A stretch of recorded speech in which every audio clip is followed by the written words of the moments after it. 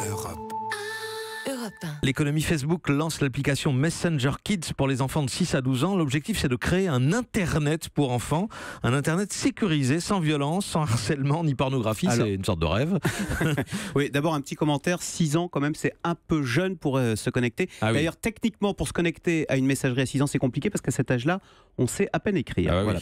oui, Alors maintenant, j'en reviens quand même à ce Facebook, à ce Messenger Kids, dont la principale caractéristique est que seuls les parents pourront sélectionner, peuvent sélectionner les contacts avec lesquels les enfants peuvent échanger. Et naturellement, sur cette messagerie, Facebook s'engage à tout contrôler de très près, donc à contrôler les contenus, les commentaires, les images, parce qu'évidemment, c'est la grande crainte des parents, comment éviter d'exposer leurs enfants à tous les dérapages du web, les insultes, le harcèlement, les images choquantes, la violence, les pervers qui se font passer pour des enfants sur les forums.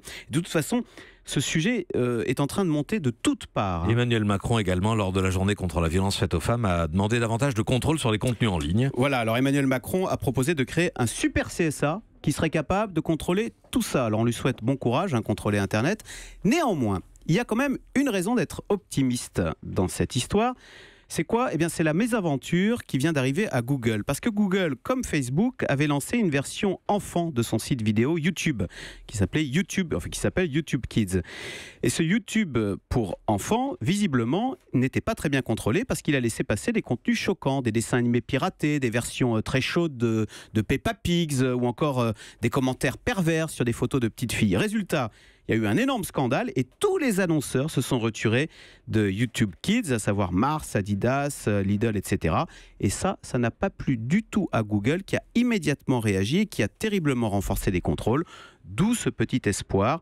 Oui, les sites internet ont tout intérêt à contrôler ce qui se passe, sinon ils perdent l'argent de la pub. Et ça, c'est au moins aussi embêtant, voire plus embêtant que tous les avertissements du CSA. Effectivement, merci à vous Axel de Tarlet. Europe 1.